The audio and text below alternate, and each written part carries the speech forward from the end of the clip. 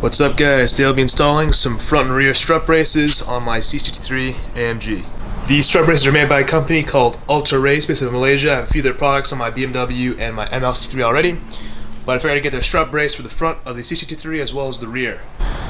So believe it or not, my main reason for getting these strut braces are actually to reduce interior noise. If you guys have watched a few of my videos before, you know that I had some issues with my panoramic sunroof making noises on the C63 coupes. I know some of you guys have the same issue as well. It's a pretty annoying sound that it makes, but to prevent that from happening again, I think that these strut braces will tighten the chassis up just enough to kind of reduce the play in that sort of area. So again, I probably won't notice any differences on the road or even in the canyons for that matter, but having the peace of mind knowing the chassis is a little bit stiffer would be not a bad thing, I think.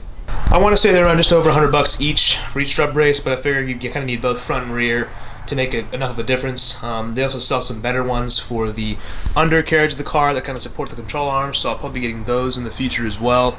But truly, these are just going to get it started and to see how they are.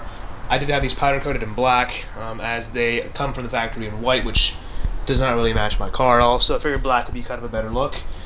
Basically, we have to remove these little rubber gaskets first, that sandwich between the hood.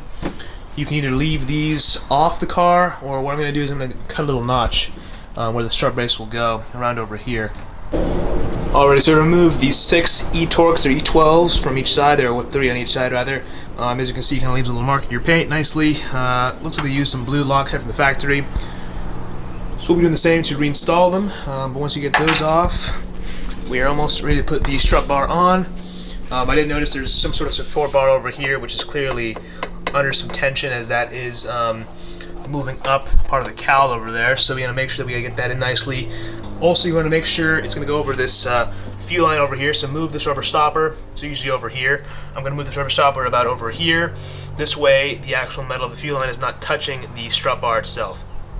Just a quick change, we will be taking out that black support bar, actually not be using it. As you can see here, I installed it with the black support bar there. Didn't fit quite right, something was off, so I contacted someone who already had the strut bar installed in their car, and they said to remove that piece. It's not necessary anymore, as now we have that newer strut brace to cover that entire area instead. So ignore kind of what I'm doing there, I'm just kind of talking about how it fits and all that, but we're going to remove that strut bar. I'll show you guys how to do that real quick. Very simple, just a couple of the screws, a little extra step to do. I was able to remove this little support beam by taking those little screws out of the cowl right there. Simply secure the cowl to that metal bar itself. And then also this little plastic tab over here, we can kind of put the ratchet through. And then it is a 12mm socket for both nuts at the very end of the support beam itself. Kind of hard to see with this camera angle, but if you have an extension, you can easily kind of get to it pretty easily.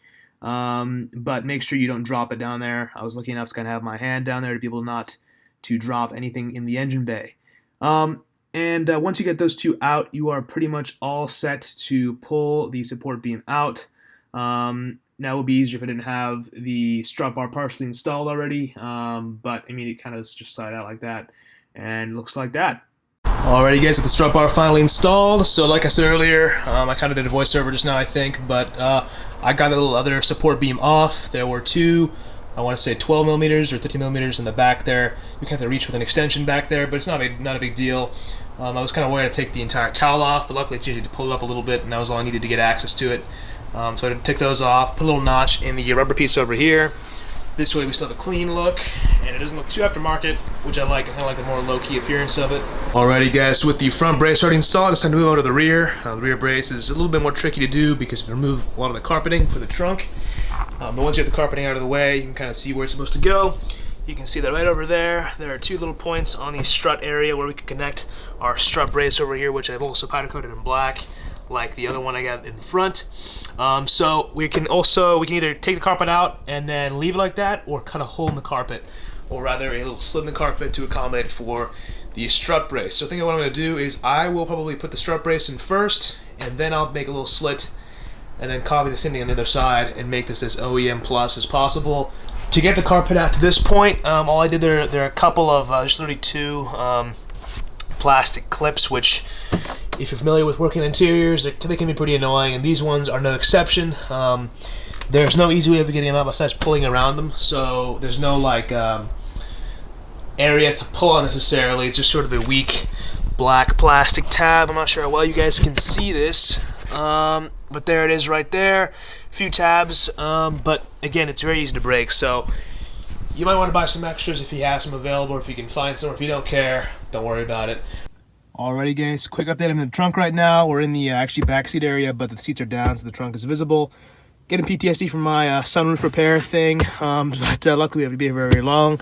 So anyways, what I've done is I've put some silver markings kind of where the strut brace would go. As you can see, here's a clip, one of the clip points for reference. It'll be flush with that hole, sort of like so. But anyways, I made a small little cut with just an X-Acto knife, and you really can't tell it's there. The silver stuff there is from a silver marker I used, but that can go away when I rub it off. But essentially, I made a cuff from over here and just went all the way down to the very edge where the seat will eventually push it back together. Now, the strut brace will just kind of go through that little hole. I will need to make a little bit of a bigger notch where the strut brace actually goes, but I can do that once the strut brace is fully installed, because all I needed to do right now was have this slit here so that the carpet can go around the strut brace as it is. But like I said, once it's in place, we can actually make some more cuts around where the actual brace is. This way we can make it look as invisible as possible in terms of damage to the carpet. But for now, I'm going to replicate what I just did on this side. On this side, this way I can actually install the strut brace, and then, like I said, make some more notches in the carpet. Then we should be good to go. Alrighty guys, as you can see, it's more or less it. The carpet's not fully matched, not put together right there, but I'm going to fix that later on. But the main thing is the strut bar is in, it's all tightened up.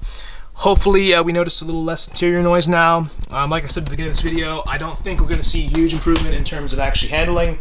I mean, maybe I will, but I doubt it will on normal roads and even canyons, maybe. My main reason for doing this was interior noise and the fact that I don't want this sunroof to ever rattle again in its life, because doing that was a huge pain. This may limit your cargo capacity a little bit if you want to hold some luggage. The bar is kind of in the way of some things, but I mean, you can definitely still get most of your luggage in without a problem. I barely even use this car for transporting big things, aside from road trips, but remember, you still have the entire back seats. But with that being said, even if you pull the back seats down, that bar is in the way. I'll let you guys know later on if I do notice a difference with these things in the front and back. I'll probably get some more as well. One at the bottom of the car. There's a big one they have that people say makes a big difference, so I'll try them out as we go. I'm just trying to improve this car without doing much to it. I want to keep it mostly, OEM Plus. You can see I've done the spoiler, which is not a huge upgrade. Probably the biggest aesthetic thing I've done, with the diffuser and the lowering springs and front lip. But overall, nothing too much. A buddy of mine recently gave me some 12mm spacers I'm going to try out for the front and rear. I have 10s right now, and I think 2mm wouldn't hurt. I mean, you can see it's almost flush as it is right now on the lowering springs, but I figure I might as well try. In fact, here they are right over here, so I'll be trying that out later, see if it fits with my setup. But yeah, that's essentially it for this video. Let me know if you guys have any questions about these Ultra Race strut braces and whatnot. I will be purchasing more, like I said, for this car, along with this car as well, maybe some others in the future. So yeah, let me know.